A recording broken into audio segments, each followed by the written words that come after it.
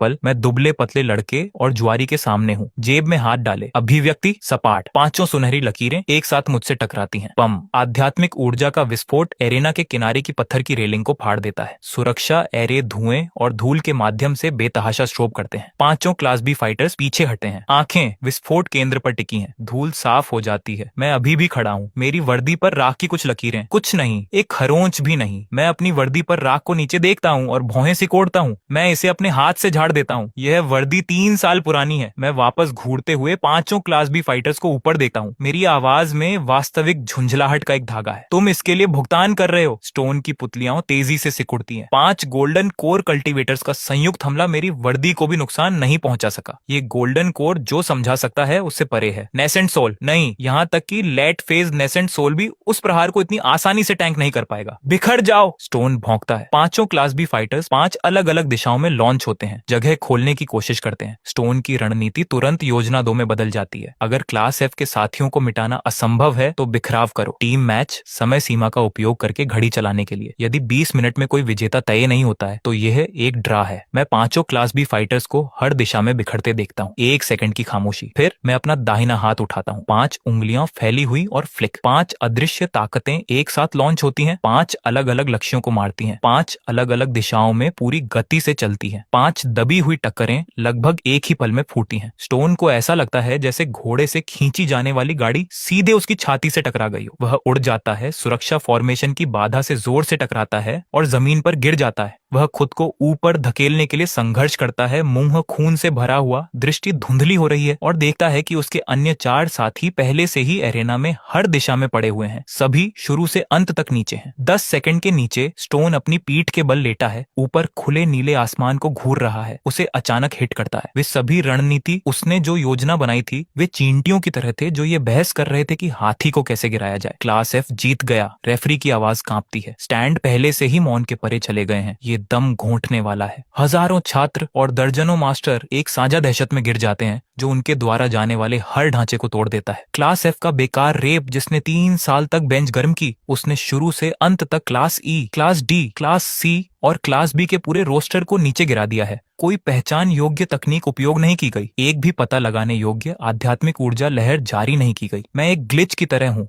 पूरी कल्टीवेशन दुनिया में एक अनुचित नियम तोड़ने वाला ग्लिच, और अगला रेफरी जोर से निगलता है और आखिरी लाइन को मशीन की तरह पढ़ता है। क्लास एफ बनाम क्लास ए। प्लाजा में हर आंख एक साथ क्लास ए सेक्शन की ओर मुड़ती है। लुचिन अपना चाय का प्याला नीचे रखता है और खड़ा हो जाता है। सफेद वस्त्र बर्फ की तरह, कंधे तक बाल। उसका लेट फेज नेसेंट सोल दबाव वसंत की हवा की तरह शांत बाहर निकलता है। उससे पहले के फाइटर्स के आक्रामक प्रदर्शनों की तरह नहीं। लुचिन की उपस्थिति स्थिर और निहित है। अभी भी पानी अथाह गहरा है। वह एरेना की ओर बिना जल्दबाजी के चलता है।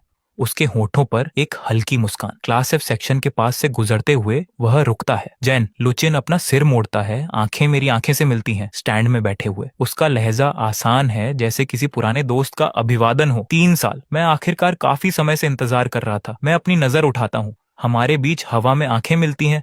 हमारे चारों ओर शोर एक ज्वार की तरह पीछे हटता हुआ लगता है। तुम मुझे जानते हो? मैं पूछता हूँ। लुचिन मुस्कुराता है। कोई जवाब नहीं। वह मुड़ता है और एरेना की तरफ चलता है। मैं उसकी पीठ को घूरता हूँ और कुछ ऐसा जो नोटिस करने के लिए बहुत छोटा है। मेरी भौहें में बदलाव आता है। टिंग, सिस्टम अलर्ट, विशेष लक्ष्य का पता चला। लुचिन गैर मूल निवासी। उसके शरीर के भीतर शक्ति अवशेष का पता चला। प्लेयर को सतर्क रहने की सलाह दी जाती है। गैर मूल निवासी शक्ति। मेरी अभिव्यक्ति बमुश्किल बदलती है। मैं धीरे से खड़ा होता हूँ। 3 साल में पहली बार एरेना की ओर मेरा चलना एक आकस्मिक टहल नहीं है, दिलचस्प। एरेना पर हवा बदलती है। प्राकृतिक हवा नहीं। जिस तरह की हवा तब बनती है जब 2 पूरी तरह से अलग बल टकराते हैं, एक दूसरे के खिलाफ दबाव डालते हैं। लुचिन एरेना के उत्तर की ओर खड़ा है। सफेद वस्त्र फट रहे हैं। उसका लेट फेज नेसेंट सोल दबाव एक ज्वार की तरह बाहर निकलता है। पत्थर के टुकड़े एरेना के फर्श पर स्किमिंग कर रहे हैं। मैं दक्षिण की ओर खड़ा हूँ। जेब में हाथ डाले, वही फीकी पुरानी वर्दी। कफ के ढीले धागे हवा में उड़ रहे हैं। वे अलग हो जाते हैं। स्टैंड पूरी तरह शांत है। हजारों आंखें एरेना पर टिकी हैं। यहाँ तक कि सांस लेना भी जानबूझकर रोका गया है। पूर्ण प्रभुत्व के 4 राउंड ने पहले ही हर किसी की समझ को तोड़ दिया है कि क्या संभव है। और अब खड़े होकर अक्रॉस मुझसे सबसे मजबूत छात्र, जिसे तियानगुआन अकादमी ने 300 वर्षों में पैदा किया है। शुरू। रेफरी झंडा उठाता है। आवाज तंग है। झंडा गिरता है। लुचिन हिलता नहीं है, न मैं। 3 सेकंड, 5, 10, 2 मूर्तियां। स्टैंड में कुछ लोग हिलना शुरू कर देते हैं, लेकिन अधिक लोग अपनी सांस रोक लेते हैं।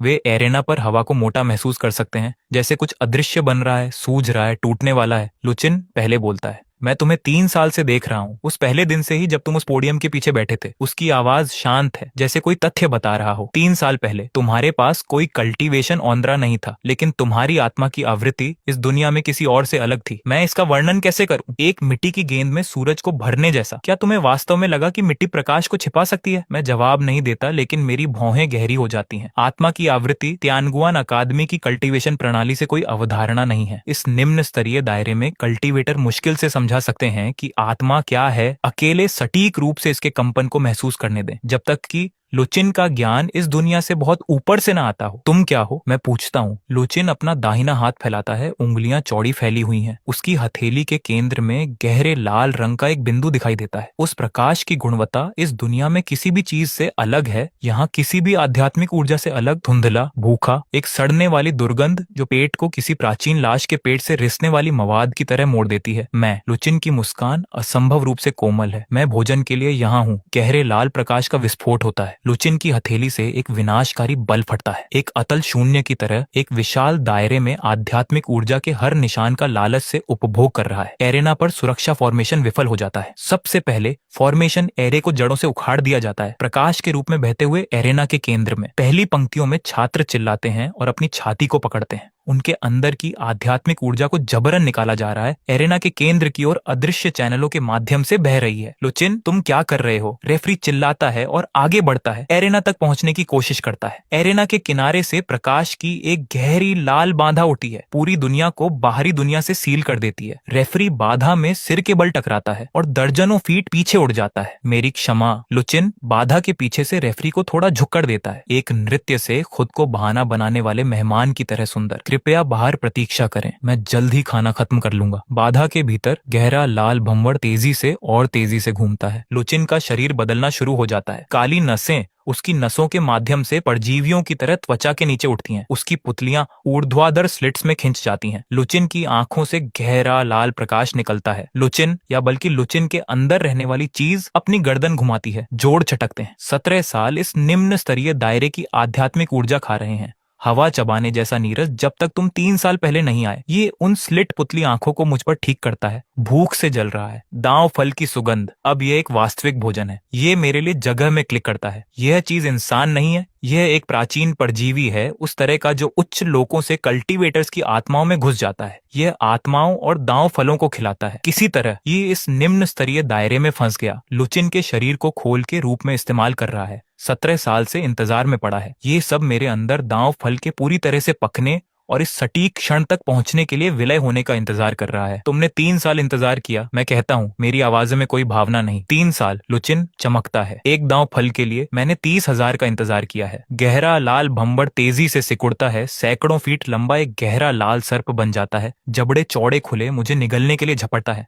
हर जगह सर्प गुजरता है, स्थान खुद ही टूट जाता है, नीचे के पूर्ण शून्य को उजागर करता है। यह प्रहार लेट फेज नेसेंट सोल से बहुत परे है, यहाँ तक कि स्प्रिट सेवरिंग के बाद भी। यदि एरेना के बाहर जारी किया जाता है तो ये पूरी तियानगुआन अकादमी को समतल करने के लिए पर्याप्त होगा। मैं गहरे लाल सर्प को मेरी ओर दहाड़ते हुए देखता हूँ और शांति से अपना दाहिना हाथ उठाता हूँ। पहले के विपरीत इस बार मेरी हथेली जल उठती है। गहरा सुनहरा प्रकाश बादलों के माध्यम से टूटने वाली भोर की पहली किरण की तरह मेरी त्वचा के नीचे से उठता है। भड़कते हुए नहीं, चिल्लाते नहीं, लेकिन जिस क्षण यह दिखाई देता है, हर गहरा लाल भंवर, बाधा और लुचिन के शरीर पर हर काला पैटर्न कांपने लगता है। यह खाद्य श्रृंखला के शीर्ष से दबाव है। सभी चीजों के खिलाफ स्वर्ग और पृथ्वी का दांव भ्रष्ट और अंधेरा है। यह केवल एक उच्च आयाम से कुचल रहा है। मैं अपनी मुट्ठी बंद करता हूँ। गहरा सुनहरा प्रकाश एक स्तंभ बन जाता है जो सीधे सर्प की खोपड़ी के माध्यम से ड्राइव करता है। सर्प एक तीखी चीख निकालता है। इसका विशाल शरीर केंद्र से बाहर फट जाता है। गहरा लाल टुकड़ा हर दिशा में बिखर जाता है। जिस क्षण वे जमीन से टकराते हैं, उबलते पानी में गिरने वाले बर्फ के टुकड़ों की तरह गायब हो जाते हैं। लुचिन की मुस्कान अंततः जम जाती है। नहीं, असंभव। वह पीछे हट जाता है। उसके पैर के नीचे पत्थर का स्लैब टूट जाता है। एक दांव फल अभी अभी फ्यूज हुआ है। शुद्धता इतनी अधिक कैसे हो सकती है? तुमने पहले ही इसे पूरी तरह से महारत हासिल कर ली है। मैं जवाब नहीं देता। एक कदम आगे बढ़ाओ, बस एक। लेकिन जब वह कदम जमीन पर आता है तो पूरा एरेना बंद हो जाता है और किनारे से किनारे तक गहरे लाल बाधा से मकड़ी के जाले की तरह टूट जाता है। लुचिन के अंदर का परजीवी मौत को महसूस करता है। यह लड़ना शुरू कर देता है। लुचिन का शरीर हिंसक रूप से मुड़ता है, हड्डियां तेजी से उत्तराधिकार में विस्थापित होती हैं, काली नसें उसकी त्वचा के नीचे से मुक्त हो जाती हैं, ठोस टेंड्रिल्स बन जाती हैं जो मुझ पर प्रहार करती हैं। मैं उनके माध्यम से चलता हूँ, शांत, बिना जल्दबाजी के, जब तक कि मैं लुचिन के सामने